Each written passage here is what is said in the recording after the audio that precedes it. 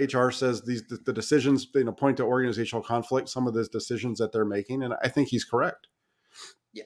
There's not a clear – the way I look at it is like there is no clear leadership in the 49ers organization. There is no clear goal. The goal should be winning the Super Bowl, and the Niners' goal right now is to get the most possible for Jimmy Garoppolo. That is beside the point, in my opinion. This team is way beyond the third or second round pick that they're going to get from Jimmy Garoppolo. They're not even that good at drafting. It's not a first round pick. Who freaking cares? You guys should be beyond that. But they're thinking about that. And to me, that's like Eddie would step in and be like, guys, trade him right now. What are we doing? Trade him right now. But Jed's just like, go ahead, whatever, John. And John's he's obsessed with this, dude. Yeah, well, and they don't want to. They don't want to look bad. They don't want to trade Garoppolo and look bad. They don't want to cut him and look bad. So that's why they're holding on to him. They're going to get something out of him. Who knows? And that's what the irony is. I think if they accept the L on this battle, they win the war. If you just cut your losses with Jimmy Garoppolo, take the L, all of a sudden, you help your team. And it's like someone needs to see the big picture here. Yeah, I think that what can happen here is that if they just get rid of him, they're going to win the popularity contest with a group of people who are like, hey, we need to get rid of Garoppolo so we can whatever. There's a group of people that just want Garoppolo gone. They don't even care anything else. They just like say bye, yeah.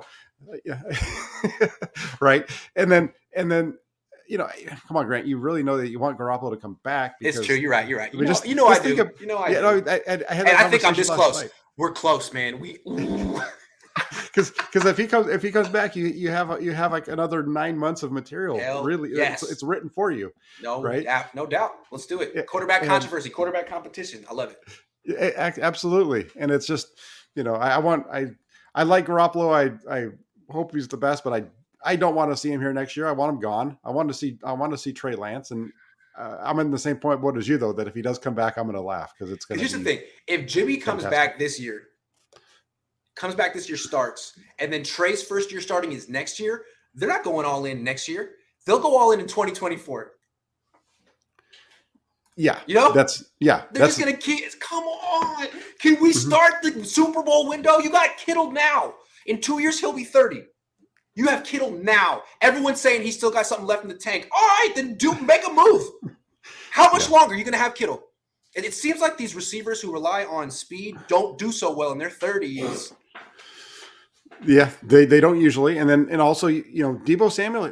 Here's the thing with Deebo Samuel. I really like him, but he's an injury waiting to happen. I know he made it through most of last year, but he's really an injury waiting to happen. So you're going to probably just like give him Kittle.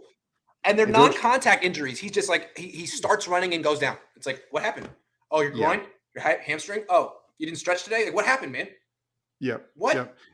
Yep. And going back to the Garoppolo thing really quick, the fans that want him to go are going to be happy. Then there'll be a group that's not. If the 49ers hold on to him and it seems like they win because they eventually trade somebody. Let's say they trade Garoppolo like 3 months from now because that's how long it takes for somebody to trade for him.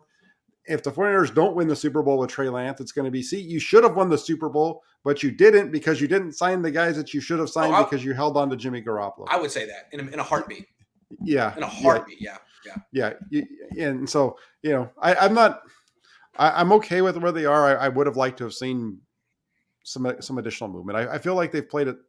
They've done what they've done for the most part throughout this regime's run.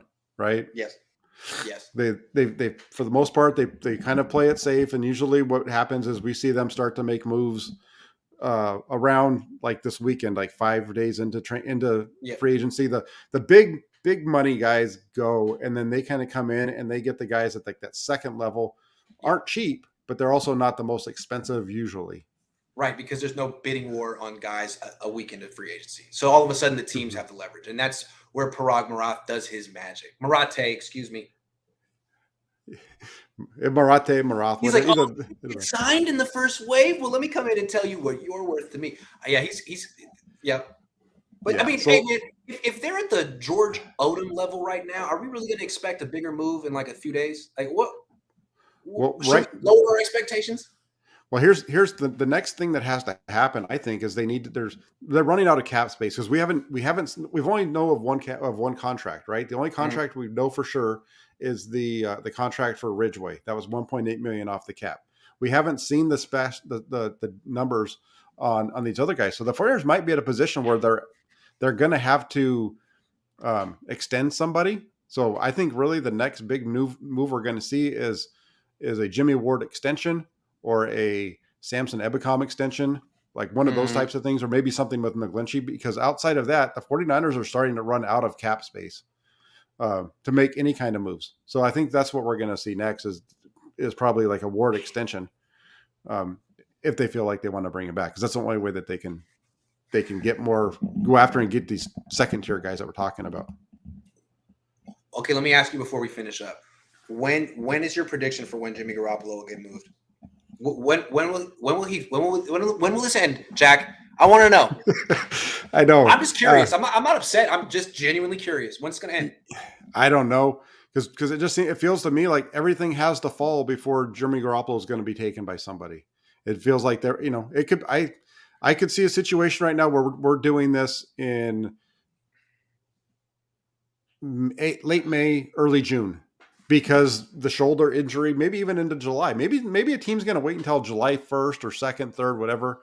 They're going to make him throw the ball a few times before they decide that they want to make a trade. That's why this $25 million, that's why it's getting to be frustrating for me, because you can see where it's going to stop them from getting guys in free agency. And they're going to have to do something anyway, because they've got to sign their rookies. They don't have the money to sign their rookies right now. I know it's frustrating. Like Vish was really upset on my show today. He's really upset. He's a fan and he's frustrated by what's going on. I'm very amused. I think it's all very funny. So yeah, I'm sorry, it's just making me laugh. Sorry, Inter fans.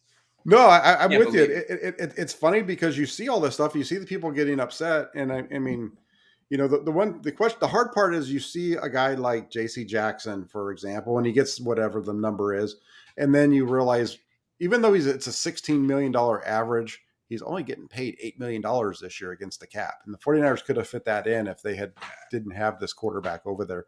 But the cap's going to go quick once they do move on from Garoppolo, because they've got to get their own guys signed in terms of their draft picks. And there's going to be a few other rookies. So I'm going to say we're going to come. We'll do by the time we do our show together on your channel, Tuesday. Probably maybe not this Tuesday, but the Tuesday after, Jimmy will be a